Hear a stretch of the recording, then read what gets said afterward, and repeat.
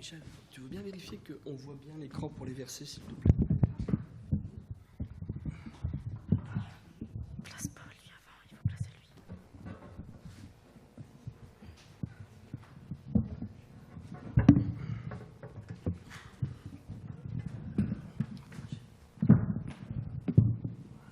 Je pense que ça devrait aller.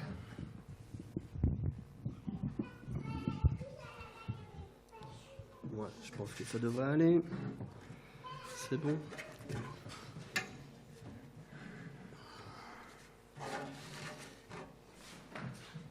Je vais déjà commencer par m'excuser. M'excuser surtout auprès des Lensois parce que je ne vous ai pas accueilli comme il se doit. J'ai été pris avec le téléphone et puis Zoom. Donc j'ai pas eu le temps de vous passer du temps avec vous, de vous dire bienvenue, vous êtes à la maison, sachez-le, hein, sentez-vous bien. Vous êtes chez vous ici. Mais bon, il y a des problèmes d'organisation et des moments. Voilà. Vous avez le bonjour de mon épouse qui reste encore à la maison. Elle nous regarde sur Zoom, donc je lui fais un petit coucou. Ma petite chérie. Eux aussi, ils t'embrassent, ma chérie. Oui. Elle est pas bien physiquement. Elle a encore eu, pour donner un peu de ses nouvelles, elle a reçu jeudi, on a prié pour elle. Et samedi, elle a eu les résultats. Donc là, en août, il lui avait fait exploser un calcul de 8 mm. Et ce calcul s'est divisé en 3. On pensait qu'il aurait parti, mais non, il n'a pas parti du tout, puisqu'elle se retrouve avec un calcul de 5 mm et de 2 mm. Donc, ce qui veut dire qu'elle va devoir repasser encore une fois sur le billard. Donc, on va voir ça mardi. Ouais, masse, comme tu dis, masse. Alors, ça fait 1 mois qu'elle morfle bien, franchement. Voilà.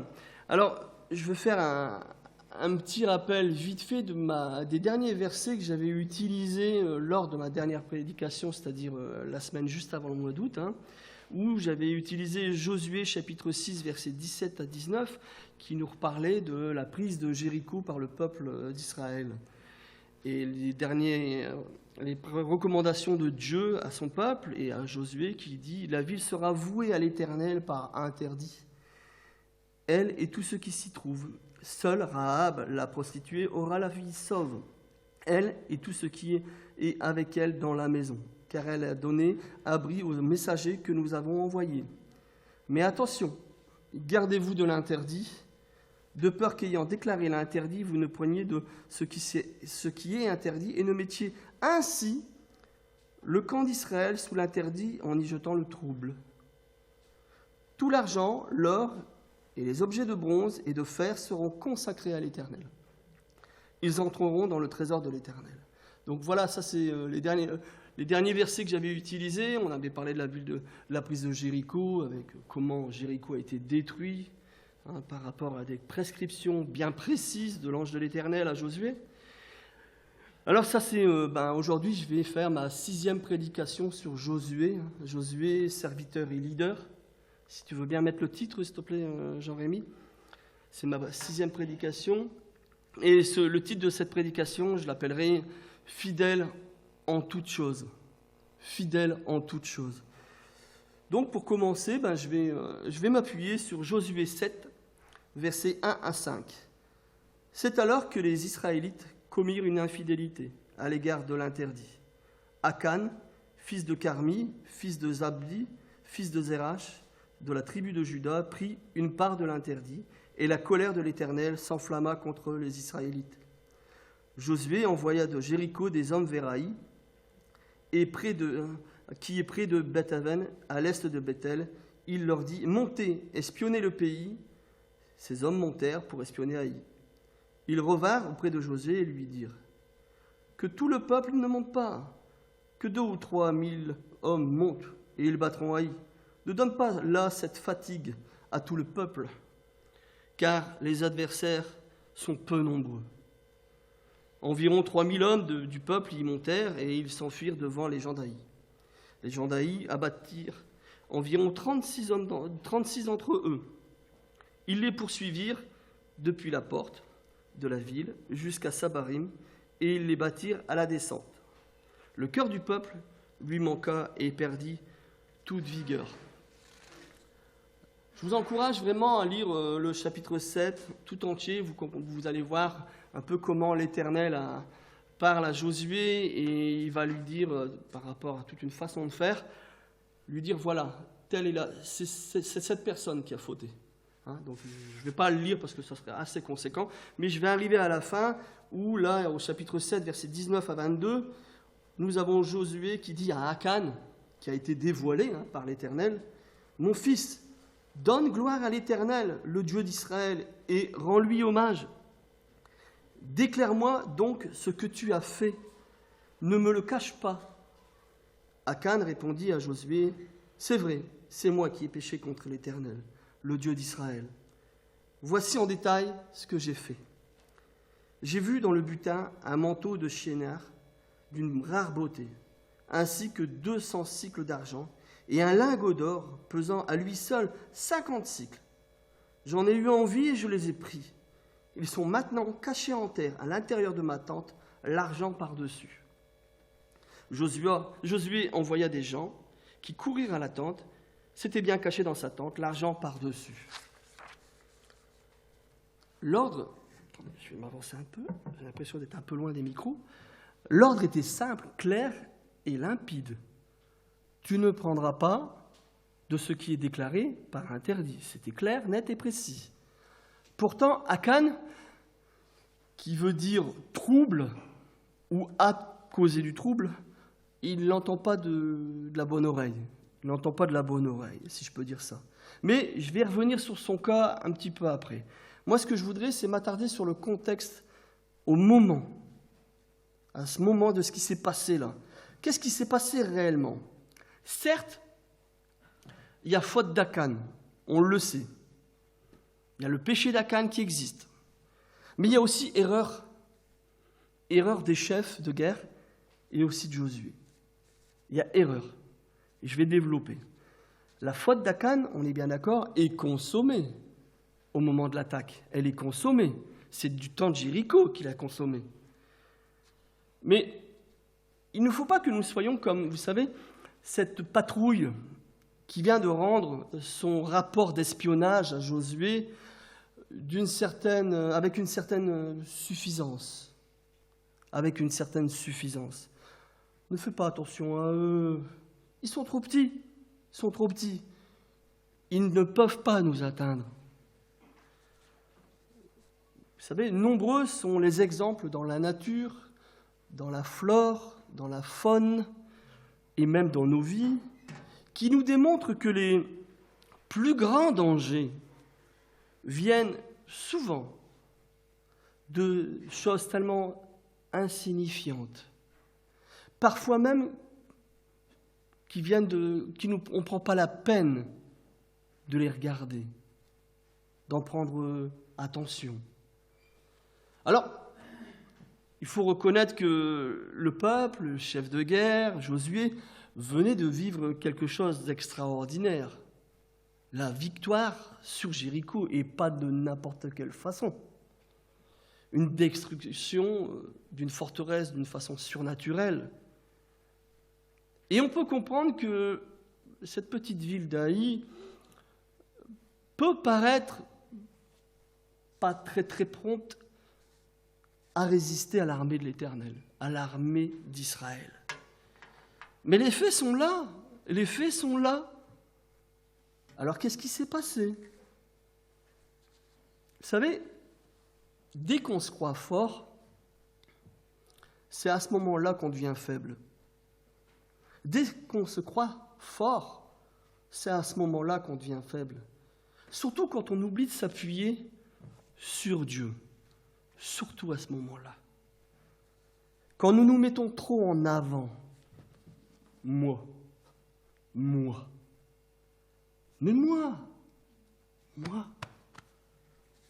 Ouais. Ce que je voudrais relever en priorité, dans le verset 2 et 3 du chapitre 7, c'est l'autosatisfaction.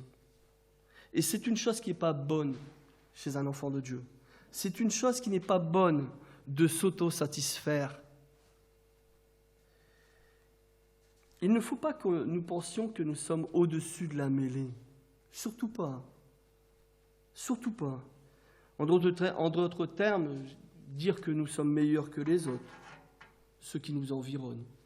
On est tellement meilleurs que eux. Nous, on a la grâce de Dieu. On est mieux. Aujourd'hui, tu es debout. Mais qu'en est-il de demain? Qu'en est-il de demain? Es-tu sûr de tenir debout pour demain? 1 Corinthiens, chapitre 10, verset 12, nous dit quoi? Ainsi donc, que celui qui pense être debout prenne garde de tomber. Après l'émission du rapport d'espionnage à Josué et au chef de guerre, on peut faire ressortir une erreur, et pas n'importe laquelle. Et je ne pense pas être trop dur dans ma façon de voir les choses, ni trop éloigné du contexte de ce rapport, mais comme je l'ai dit tout à l'heure, j'appelle ça, et cette erreur, je lui donnerai le nom de suffisance. Suffisance. Alors comme ce n'est pas un terme que j'utilise beaucoup dans mon vocabulaire, avant de vous raconter des bêtises, j'ai quand même été regarder la définition. Et j'ai été étonné. C'était pas... Bon, si, j'avais une idée, mais ce n'était pas réellement comme je l'aurais défini, le mot suffisance. Sentiment d'une très haute valeur de soi-même, de supériorité à l'égard d'autrui. Ouais, ben c'était exactement ça. C'était exactement ce que je voulais dire. Je dis merci le dictionnaire Larousse. Je veux bien être clair dans ma façon d'étudier ce chapitre et ce contexte. Je comprends la réaction des chefs de guerre et de Josué. Et je vous l'avoue humblement devant tous, je pense que j'aurais pu tomber dans cette même erreur. Je pense que j'aurais pu tomber dans cette même erreur. Surtout en ayant remporté une telle victoire sur Jéricho. Telle victoire extraordinaire, surnaturelle. Et aussi en ayant de tels encouragements par l'ange de l'Éternel qui vient me dire, vois, je livre entre tes mains Jéricho et son roi, ses vaillants guerriers. J'aurais pu, je pense, tomber dedans. Je ne suis pas là pour faire le procès des chefs de guerre, ni sur celui de Josué, bien au contraire. Mais si de telles personnes ont commis de telles erreurs, leur histoire doit nous enseigner à ne pas faire les mêmes. Et c'est pour ça que dans 1 Corinthiens 10, verset 11, on peut lire « Cela leur est arrivé à titre d'exemple et fut écrit pour nous avertir, nous pour qui la fin des siècles est arrivée. » La parole de Dieu est un témoignage. Elle nous enseigne. La vie de patriarche nous enseigne. Vous savez, l'empressement n'est pas une bonne chose. L'empressement n'est pas une bonne chose, bien au contraire. On oublie souvent, quand on est pressé, les choses essentielles. On veut aller trop vite. L'ange a bien dit, je livre Jéricho entre tes mains. C'est bien ce qu'il a dit. Je livre Jéricho entre tes mains. Mais qu'en est-il de la suite des événements? Qu'en est-il? Parce que la ville d'Aï est si petite, si insignifiante, donc on n'a pas besoin de connaître quelles sont les directives et les directions de Dieu. Moi, je sais. Ça s'appelle une grosse erreur de leadership et qui a une conséquence directe, qui se paye de suite. Alors, j'ai utilisé le terme leadership. J'aime bien ce terme parce que j'avais lu un livre, justement, d'un Américain qui parlait du leadership, et j'ai vraiment bien aimé. Comme quoi il disait que le leader spirituel représente l'autorité, mais en aucun cas doit être autoritaire. Donc j'avais bien aimé cette phrase-là, puis ce livre était vraiment bien. Alors, j'ai cherché encore une fois la définition de leadership. Le leadership est un terme employé à l'anglais. Il définit la capacité d'un individu à mener ou conduire d'autres individus ou organisations dans le but d'atteindre certains objectifs.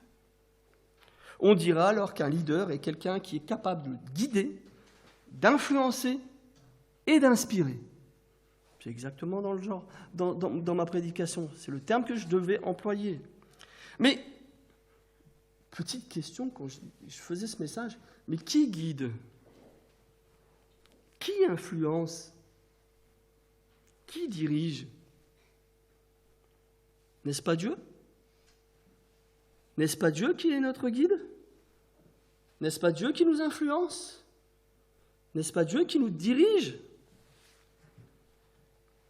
N'est-ce pas Dieu qui doit être la boussole de l'océan de nos vies?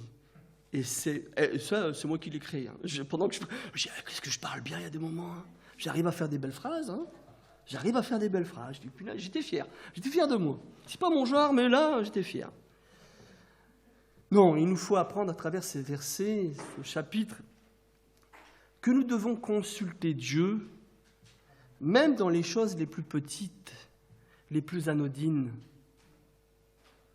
Même les choses les plus petites, les plus anodines. Vous allez comprendre pourquoi je vous dis ça. Parce que s'il y aurait eu consultation pour la ville d'Aï, il y aurait eu révélation du péché d'Aï. S'il y aurait eu révélation du péché d'Aï, il y aurait eu annulation du combat. Et s'il y aurait eu annulation du combat, il y aurait eu protection des 36 guerriers qui sont morts parce qu'on a décidé d'y aller. Alors certes, Josué n'est pas le responsable de la faute de Akan, bien évidemment, on le sait tous, on le comprend tous. Mais quand même, je ne suis pas Akan, mais en tout cas j'aurais été à ça, pas du moins Josué, mais en tout cas j'aurais été Josué, et je pense que Josué a dû avoir ce sentiment frustrant. Ce sentiment frustrant de dire, là, j'ai gaffé. Parce qu'au moment d'apprendre pourquoi il y a eu ça, pourquoi il y a eu des morts, après il apprend le péché d'Akan, là il se dit, waouh, si seulement j'avais passé du temps avec Dieu. Si seulement j'avais passé du temps avec Dieu, j'aurais su. Et on n'aurait pas fait.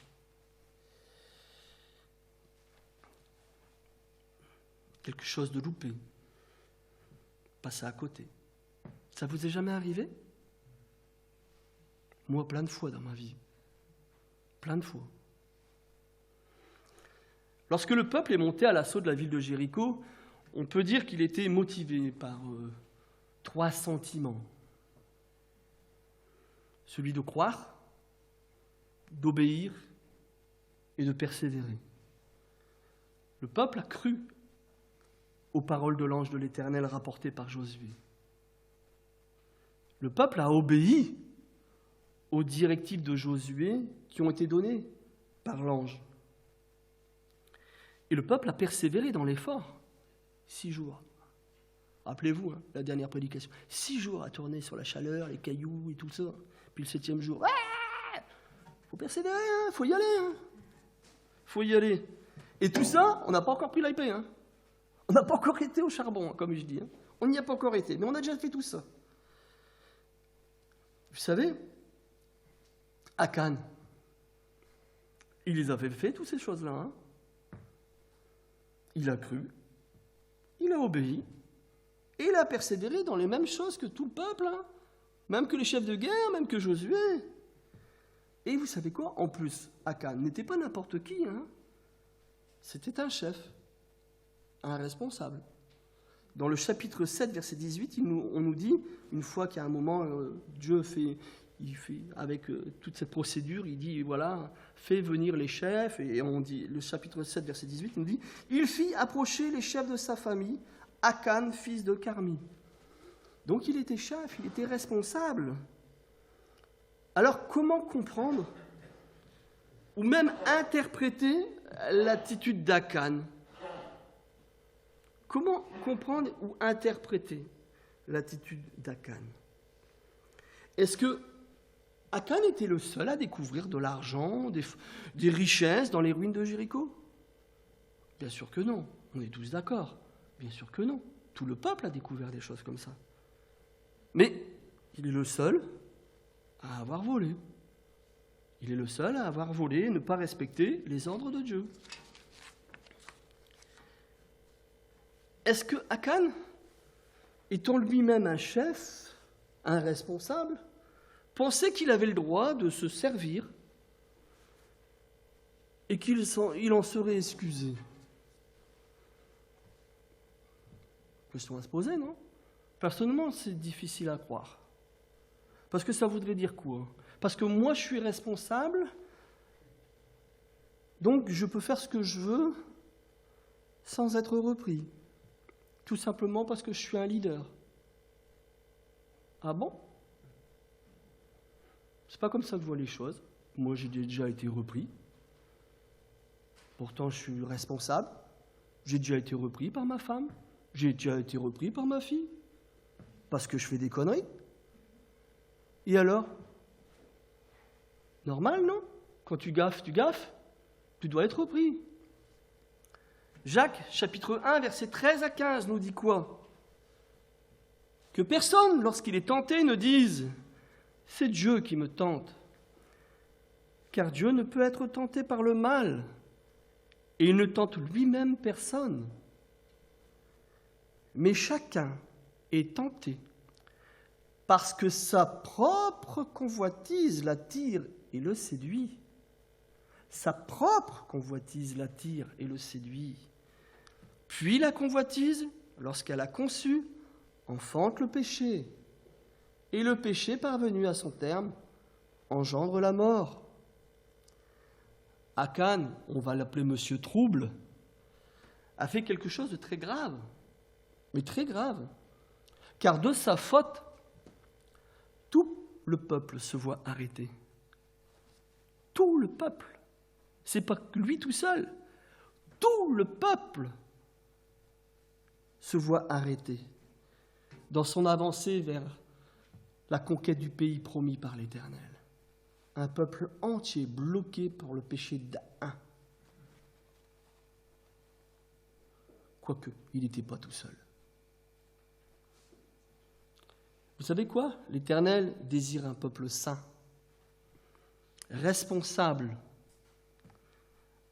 un peuple qui le cherche constamment dans ses paroles, dans ses pensées, mais aussi dans ses actes.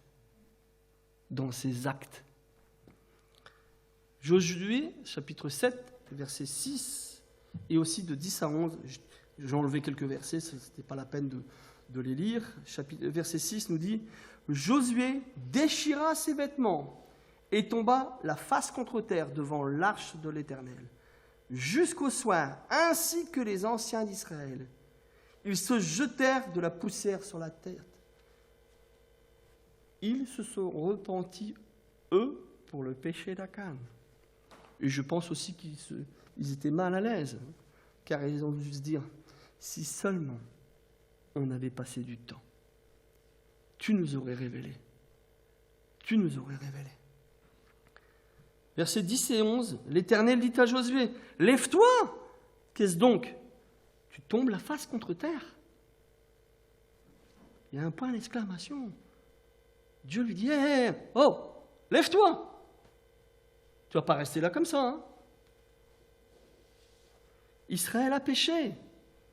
Ainsi, ils ont enfreint l'alliance que je leur avais prescrite. Oui, ils ont pris une part de l'interdit. Ils en ont même volé, même dissimulé, et même mis dans leur bagage. Vous savez, généralement, quand on glisse, on glisse. On y va jusqu'au fond. Hein. Dieu est-il sourd à nos questions et à nos intersections? Est-ce que nous avons un Dieu sourd? Je ne pense pas. Dieu, c'est en son temps, et j'ai bien dit en son temps, révéler ce qui est caché. Rien ne peut être caché à Dieu. Rien. On ne peut pas échapper à la justice de Dieu. Akan a volé des objets et les a enterrés dans sa tente. Il a cru que son péché était caché aux yeux de Dieu. Mais ce qui est désolant, c'est pour ça tout à l'heure je disais qu'il n'était pas tout seul, c'est que ses proches, ceux qui partageaient sa tente, sa famille, étaient au courant de tout. Mais aucun d'eux n'a repris Akan. Aucun d'eux. En tout cas, on n'a pas une traçabilité. En le mettant en garde contre les paroles de Dieu, contre les interdits. Ils avaient la possibilité de reprendre Akan et de lui dire que non seulement ce qu'il avait fait aurait des conséquences sur sa vie, mais aussi sur la leur. Mais vous savez ce qui s'est passé? Ils ont agi comme les gens de Jéricho. Pareil. Ils se sont enfermés dans leur forteresse de non-repentance et de certitude à ne pas être atteints par la vérité de Dieu, pensant que leur tente de mensonges allait les protéger. Vous savez, il est intéressant de mettre ça en actualité d'aujourd'hui. Et j'ai envie de vous poser la question et aussi de me la poser, croyez-moi. Quel est le manteau si précieux que nous voulons cacher aux yeux des autres? Quel est le manteau qu'on cache sous terre? Quelles sont les richesses que nous convoitons, sur lesquelles nous attardons notre regard? Question à réponse. 1 Jean, chapitre 1, versets 4 à 9, nous dit « Ceci, nous l'écrivons afin que notre joie soit complète. Voici le message que nous avons entendu de lui et que nous vous annonçons. Dieu est lumière. Il n'y a pas en lui de ténèbres. Si nous disons que nous sommes en communion avec lui et que nous marchions dans les ténèbres, nous mentons et nous ne pratiquons pas la vérité. Mais si nous marchons dans la lumière, comme il est lui-même dans la lumière, nous sommes en communion les uns avec les autres. Et le sang de Jésus, son Fils, nous purifie de tout péché. Si nous disons que nous n'avons pas de péché, nous nous séduisons nous-mêmes. Et la vérité n'est pas en nous. Si nous confessons nos péchés, verset biblique que tout chrétien connaît, si nous confessons nos péchés, il est fidèle et juste pour nous pardonner nos péchés et nous purifier de toute injustice. Amen. Amen. Et c'est pas parce que je suis pasteur que je n'ai pas de péché, ça serait un mensonge. Et c'est pas parce que je suis responsable que je n'ai pas besoin de me repentir et de demander pardon. Rien n'est acquis. C'est un travail de tous les jours, jusqu'à la fin. Mais Dieu merci, aujourd'hui, en Christ, nous pouvons apporter toutes ces choses au pied de la croix, plutôt que de les cacher dans nos tentes, tout en tremblant, en pleurant sur nos faiblesses, nos manquements et nos incertitudes. Même si nous chutons, si nous sommes un temps soit peu égarés, il nous suffit de trouver la force en nous et de décider de revenir à Jésus, de lui remettre l'objet de notre chute, de nous repentir, car lui, il nous promet. C'est lui, c'est pas vous. Il nous promet de purifier nos fautes, de nous purifier de nos fautes. Je vais peut-être vous faire rire, ou peut-être pleurer, Mais il faut que je vous dise quelque chose. Il y a quelque chose d'Akan en nous. On a tous un Akan en nous, croyez-moi. Et malgré nos meilleures intentions, toutes les réformes personnelles qu'on se fait dans nos vies, malgré tout ce qu'on veut s'imposer pour être mieux, vous savez quoi? Notre cœur reste sensible à la tentation. Notre cœur reste sensible à la tentation. Et c'est pour cela qu'il faut rester attaché à la parole de Dieu et aux recommandations de Dieu. Écoute bien ce que Dieu te dit dans ta vie. Écoute les paroles qui te percent ton cœur et garde-les. Nous avons réellement besoin d'être dirigés par le Saint-Esprit. Dirigés par le Saint-Esprit. C'est lui qui tient la marque. Et de se laisser diriger dans nos vies par lui, d'être à son écoute et de nous laisser enseigner par lui, de le laisser dévoiler, de nous révéler qui nous sommes réellement, mais aussi de nous révéler toutes les choses spirituelles qu'il veut nous faire voir et dans lesquelles il veut nous emmener. Car Dieu a de merveilleux projets pour chacun de nous. Chacun de nous. Vous savez quoi? Il y a un plan pour chacun. Pour chacun. Le royaume de Dieu ne s'établit pas sur des choses et des principes naturels, mais plutôt surnaturels. Et le surnaturel, vous savez quoi, n'appartient pas à l'homme, mais il appartient à Jésus. Car tout a été fait en lui et pour lui. En lui et pour lui. Tu as été créé en lui et pour le servir, pour l'adorer, pour le glorifier. Tu es sa créature.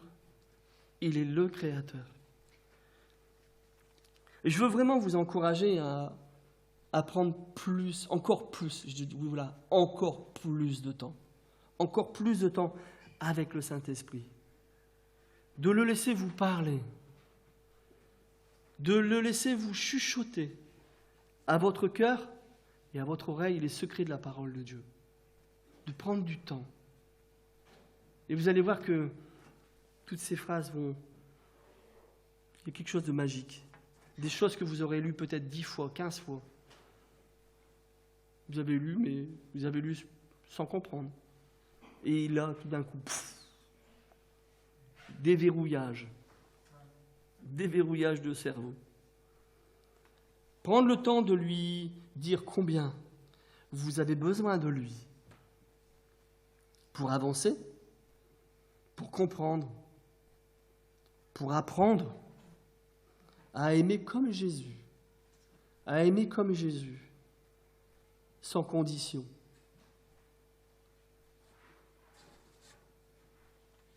À aimer sans condition. C'est dur, hein? C'est tellement facile de dire on s'aime tous. Bien sûr, je vous aime parce que je ne passe pas du temps avec vous. Vous m'aimez aussi parce que je ne passe pas trop de temps avec vous. Est-ce que si on passe une semaine ensemble, vous allez continuer à m'aimer? Oui. Eh ben Marc, demande de la patience au Seigneur. Non mais voilà, c'est facile à dire, mais c'est pas facile à faire. Apprenons à nous aimer. Apprenons à nous aimer. Vous savez quoi? Sans véritable amour, il n'y a pas de vérité. Si je t'aime pas, je te dirai jamais la vérité de ce que je pense de toi. Et sans vérité, il n'y a pas d'espérance. Il n'y a pas d'espérance, pas espérer. Et vous savez quoi, sans espérance? La foi disparaît. Sans amour, pas de vérité. Sans vérité, pas d'espérance. Sans espérance, la foi est vaine. Merci Seigneur pour ton amour. Parce que lui m'a aimé avant même que je sois conçu. Moi, j'aimais pas Jésus avant. Moi, je me souviens d'une prière, quand j'étais jeune converti, de lui dire, les gens, ils t'aiment, ils te connaissent, ils disent, mais moi, je t'aime pas parce que je te connais pas. Maintenant, je veux bien apprendre à te connaître et à t'aimer. Ouais. C'est pas facile d'aimer quelqu'un qui vous dit, mais là, t'es en train de gaffer, Michel. Michel, au début de ta conversion, tu sais, la drogue, il faut la lâcher. Il faut arrêter de droguer, il faut arrêter de voler, il faut arrêter de frapper. Oh, t'en demandes beaucoup, là, hein? Laisse-toi fondre par son amour. Apprends-le à le connaître. Alors, je vais vous laisser avec ce dernier verset sur Josué, chapitre 1, verset 8, que vous devriez tous connaître par cœur. Ce livre de la loi ne s'éloignera pas de ta bouche. Tu y méditeras le jour et nuit pour observer et mettre en pratique tout ce qui est écrit. Car c'est alors que tu mèneras à bien tes entreprises. Quelle promesse! Car c'est alors que tu mèneras à bien tes entreprises. C'est alors que tu réussiras. Promesse avec condition. Que ce livre de la loi ne s'éloigne pas de ta bouche. Tu le méditeras jour et nuit pour observer et mettre en pratique. Comme quoi, qu'en un seul verset, on peut faire une prédication énorme. Énorme. Que Dieu vous bénisse abondamment, mes frères et sœurs.